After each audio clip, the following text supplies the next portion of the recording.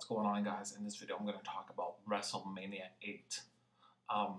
This pay-per-view was actually it wasn't the greatest pay-per-view. There was a lot of controversy surrounding the pay-per-view at the beginning. Basically, Hulk Hogan and Sid versus Randy Macho Man Savage. Hogan versus Sid, Macho Man versus Flair. Basically, Hulk Hogan was put as the #1 contender for the heavyweight title or the WWE title, and basically was, taken out of the picture to go against Sid. It was just one of those things where, Hogan not in the main event was kind of weird, but and this was actually one of the first appearances that Shane McMahon was actually in as a referee. A backstage official. He wasn't necessarily a referee. There was a Royal Rumble, I think it was 92-ish. I want to say 92 that we actually saw Shane McMahon as a referee. But I'm going to go through the matches, let you guys know what happened. As a dark match, we had the Bushwackers versus the Beverly Brothers. The Bushwackers were always a tag team that were always over with the crowd. But at the same time, they were always a jobber tag team. It was just a weird combination. They were like the Santino Marella of the 1980s as a tag team. And the Beverly Brothers were this over glamorous 80-ish tag team. The Bushwackers ended up winning. Then we had Shawn Michaels defeating Al Matador Tito Santana. Santana seems to be in a lot of these early matches for WrestleMania. It's just one of those things where I guess he's a good starter person, and when you have Shawn Michaels against him, it's going to be a great match. This was when Shawn Michaels came out with Sensational Sherry. He was the Heartbreak Kid. I believe this was the first WrestleMania he came out as the Heartbreak Kid.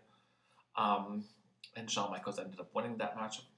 And then we had The Undertaker versus Jake the Snake Roberts. Basically, this match was a build off of the whole Macho Man Randy Savage marriage to Elizabeth in the summer. Jake the Snake had attacked him with a Cobra, and this was the rivalry match for that. And the reason why The Undertaker got involved was, and I just fucked that up, Macho Man and Jake the Snake are not going against each other. It's Jake the Snake versus The Undertaker. Basically, The Undertaker was supposed to be siding with Jake the Snake when Jake the Snake attacked Macho Man with the Cobra. That made more sense. And The Undertaker was confronted by Jake the Snake, and Jake the Snake's like, whose side are you on? And he's like, not yours. And that's what led up to this match at WrestleMania 8. Then we had Bret Hart defeating Roddy Piper for the Intercontinental title. This was a great match. Both of these wrestlers had a past together.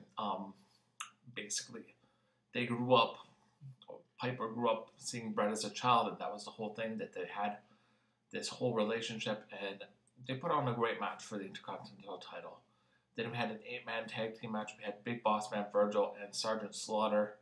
This was when Sergeant Slaughter turned backface after being a heel at WrestleMania 7 to go against, and Jim Duggan versus the Nasty Boys, the Repo Man, and the Mountie. So, the faces went over because they wanted to put Slaughter over. They wanted Slaughter to be more of a fan-friendly wrestler.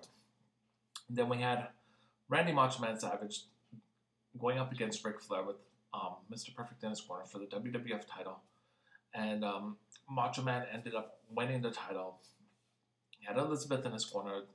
In WrestleMania 7, of course, we know that he got rid of Sensational Sherry. This time he had Elizabeth back in his corner, and this whole rivalry was based on Ric Flair saying that, he had scandalous pictures of Elizabeth, that he had done stuff with Elizabeth in the past, and that's what pissed off Macho Man, and that's what actually made this match happen. Like I said, it was supposed to be Hogan against Flair for the title, but it ended up being Macho Man because of this whole storyline evolving. Then we had Tatanka versus Rick the Model Martel. This storyline was based around Rick Martel stealing Tatanka's feathers that he wore. Then we had the Natural Disasters against Money Inc. And the Natural Disasters ended up beating Money Incorporated, Ted DiBiase, and IRS. Then we had Owen Hart defeating Skinner. Pretty much the jobber match, even though Owen Hart was a great wrestler. Then we had Hulk Hogan defeating Sid Justice with Harvey Whippleman in his corner via disqualification. Like I said, not the greatest pay-per-view overall, but there was a couple good matches here and there was definitely a lot of legends on this card. So I want to get your guys' take on WrestleMania 8.